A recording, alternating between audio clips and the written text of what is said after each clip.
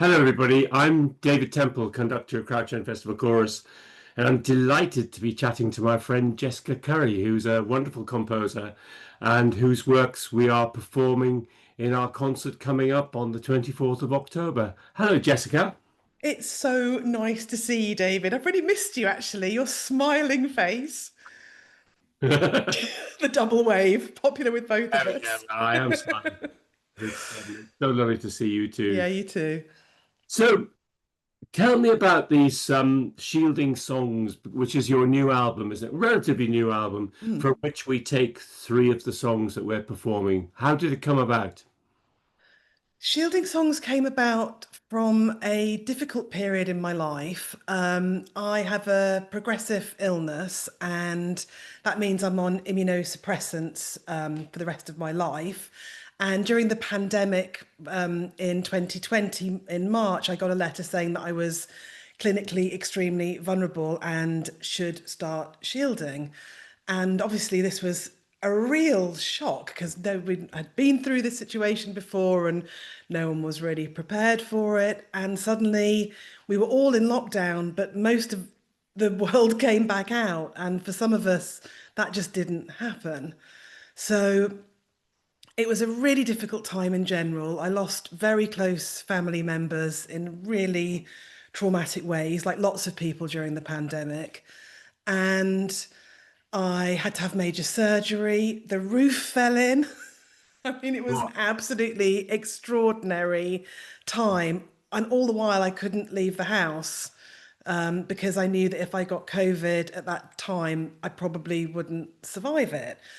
So I went from being in London all the time and working with choirs and orchestras to just being at home, apart from my husband and lovely kid and the rescue dog Della. My mum was in my bubble, and that was it. So it was a really challenging time. I wasn't writing any music. I was so ill. I was very depressed. And one day I thought, I'm not coming out of this. I need to do something. I need to rouse myself out of this. And I started cataloguing some previous work, so that my choral works. And as I did it, I realized that there was this theme that emerged through the work that I'd created in the past.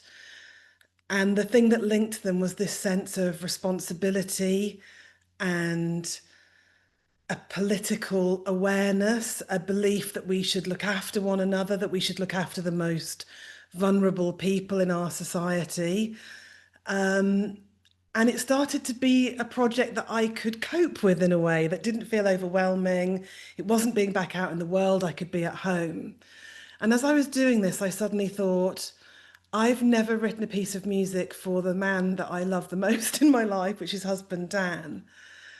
And the title track, first track on the album is Rest with Your Dream. And that was written as a love letter to my husband, who really did get me through the darkest of times. And that's what real love is. It isn't in the celebrations and the wedding day and the good times. It's when you're stuck alone with your depressed wife, feeding her, dressing her, caring for her without any complaint. So the album, although it sounds dour probably from what I've said, is actually a celebration of humanity and community. You're not afraid to tackle some challenging subjects. And I find that as conductor of a choir, I must be very careful that I don't kind of represent the entire political views of my singers, because that would be very Yeah. difficult. And I think I have to hand it to you that the way you have set these words, it really involves everybody in the choir when they sing them. And I can't imagine anybody in the choir thinking, "Oh, I don't believe in this. This doesn't belong to the party I vote for." So really well done for that. Thank you. I really believe in that actually, because society, as we know, is incredibly divided, and there are forces that are trying very hard to divide us. But actually, I still believe that human beings are innately good and innately kind and want to help each other. And that is what is threaded throughout the album. It isn't a negative force. I'm a really positive person, and I always believe that humans are capable of so much good. And we know that because of music, don't we? Isn't that the grace and beauty of what music can do, especially in a choir? Well, I have to say, Jessica, you write really well for choirs. Um, Oh, thank I you. just wondered if you were a singer yourself, or if you are a singer yourself. Yes, I don't come from a musical family. No one has ever played an instrument before me, but I was very determined from a really young age. I wanted to play the piano from when I was about 4, and I was always singing. So as soon as I could, I joined the school choir at primary school, and then I joined madrigals and the main choir when I was older, and I've always sung in choirs. And there is something for me, it is a political act because all of these people from different backgrounds, political beliefs, genders, gender beliefs, everything come together and sing to as one in unison, and it creates literal harmony. And I think there's something so powerful about that. I think it's absolutely extraordinary, the power of the human voice. And that's what I love about writing for choir. And it's why I like singing in choirs. And actually, it's a bit of a sadness at the moment that I'm not singing in a choir because I'm still really recovering from that long period of shielding because it was so hard to go out back out into the world. And that's something that I'd really like to do because it's so energizing. It's so good for you, isn't it? Well, yes, it is. And I think choirs are little mini communities, aren't they? But they're communities which we should all aspire to belong to. And this sense of common purpose of making great music in a wonderfully disciplined and enjoyable way is so uplifting. But what I will say, David, is I do think it comes from the top, and what you've created. Everyone was so kind to me when you performed Echo, which was the work that you commissioned from me. And that night, I hadn't been anywhere. So that was 2022, I think. Mm. And it was like a big virtual hug from the choir. You sat me away from everybody so I could be safe. And everyone just looked up at me before they started singing, and the energy of kindness in that room was so, I know it sounds really Miss Worldy, but it was so healing. It really brought me back to myself because not every choir is kind. I know probably shouldn't say that, but it's true. It comes from how it's led. And it's like, I worked in education for a long time. It's like a school. If the headmaster or headmistress isn't leading with kindness and respect and inclusivity, that always filters down. And I think what you've created, I felt was really special when I was with you all. Oh, thank you. It was all completely genuine, I must say. Um, the songs we're doing in our concert are Pie Jesu, Home, and Kiss the Bands. And Mhm. what I'm going to do is I'm going to start the concert with one, finish the Oh, concert with another, and have another wow. I in didn't the know middle. that. That's amazing. So you will be there throughout the whole concert, so you can't escape when you're. Um, Oh, but that's wonderful.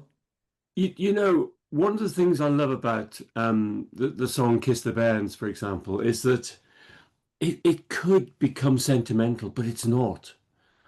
I mean, just this idea of this soldier writing to his family, and then of course he doesn't survive, is absolutely heartrending. But the words are just so beautiful. So tell me a little bit more about the Durham hymns, from where this comes from. That was an extraordinary project, actually. That was the Northern Regional Brass Trust and Durham County Council got in touch with me and said, we're doing a project called the Durham Hymns to commemorate the 100th anniversary of the Somme. And they were working with the laureate at the time, Carol Ann Duffy. And I was like, yes, I'm in, because I absolutely love her poems. Yes. She's been a great source of inspiration to me. And so she took original source material from the Durham archives, from press reports, letters home, and she made them into new poems. And Kiss the Bends is the result of that. So she worked from a soldier's letter, Sergeant Furness, and it's this incredible letter home to his wife where he says, if you receive this letter, it means I haven't survived. And that, what a mind blowing, terrible thing to have to write. And the letter he writes home is so, it's so pragmatic. It said, my dad's going to help with the, practical things. You must marry again. Don't let me just be this memory that keeps you tethered to grief and the past. I mean, to write that. And at the end, he says, and kiss the bairns for Mm, me. And the generosity in that letter was what struck me to go, it's just about her. It's just about her future, imagining a future for your wife when you're not going to have one, I think mm, is something so extraordinary and speaks to the best of us. And that is threaded throughout the album, this hope that we can do better and be better. And we're living in very dark times, but something in me is, I do think joy is an act of resistance, and I'm really trying to hold on to that. Go, we mm, must endure. You can't just sink. And having sunk in 2020 for the first time, I'm a real coper. I'm really pragmatic. I pushed my way through everything. Having a degenerative illness and being a working mum and doing a hard job, it takes a lot of gumption. It really does. It's not easy. Spend a lot of time in hospital. Being ill is a full-time job. Getting out of bed takes me an hour every morning, and then it's an hour of physiotherapy. But something in me always just refuses to quite give up. So it really scared me in 2020 when I thought I haven't got any push left. But I'm very glad to be back in the building, agitating, annoying, writing to my MP, marching when I can, and writing music that hopefully speaks to people. And that was one of the wonderful things I have to say that brought me out of myself during the pandemic was the letters and emails and fan art, because I mainly work in games, so people are really always very creative, mm, the fans. And so many people got in touch with me to say, I buried my husband or my mum to your music, or it's people writing to me in war zones at the moment saying it's on in my headphones, you're getting me through the day. And I thought, you have to keep going because we're all going through such, or many of us are going through such mm. difficult times. And Yes. music is such a balm. Did you find that actually writing music was tough, or was it quite cathartic, or a mixture of both? Really good way of putting it. It was both. It wasn't just this, I wish it was this sort of filmic, I'm going to write myself out of trauma, which always happens in films with composers. But it was messier than that. I was physically extremely ill. And so just physically, it was hard to be in a state where I could write music, but also emotionally, I felt so burnt out. And I think a lot of people who are involved in activism and who care and who are empathic do reach that stage in their lives where they haven't got much left to give. But I kind of knew innately that music was, in the end, the thing that was going to get me out of it. And I think writing Echo for you and writing Rest with Your Dream for husband Dan, they were the two things that kind of brought me back to myself. I thought, oh, she's still there. Because I felt like the music had gone. I wasn't even listening to music, David. I couldn't bear the emotion. I was so like a little woodlouse is how I imagined myself. I'd just kind of gone in on myself. And if the radio came on with a piece of music that I loved, I would just turn it off. I couldn't stand it. It was overwhelming. And gradually I've started listening to music and very slowly started to write music. Nowhere like where I was, and I'm impatient and I'm trying to be kind to myself at the moment. And I hope that. people out there are too, because we've all been through really hard things and it takes time. This this song "Home," which was written for the London Oriana Choir, I Yeah, think, who I have to say, I take my hat off to them and their conductor for being so wonderfully adventurous in their commissions.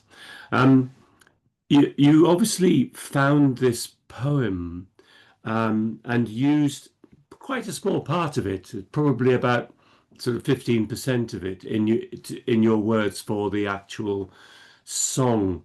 Um, it's incredibly powerful and incredibly hard hitting, and I think what it does for me is that everybody's got their own opinions about immigration, about people in boats, but when it's gone down to that personal level of why people do it, mm, because home is like the mouth of a shark.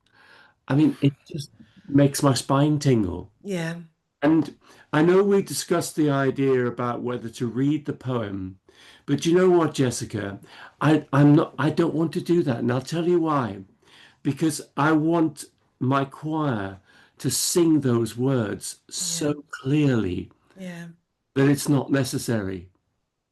I Just, understand that because the words, she says, no one puts their children in a boat unless the water is safer than the land. And I'm like, I know. if as a parent, there's this always this othering, isn't there? People aren't like us, and that's what we're being taught and told at the moment. And that's how bad things happen.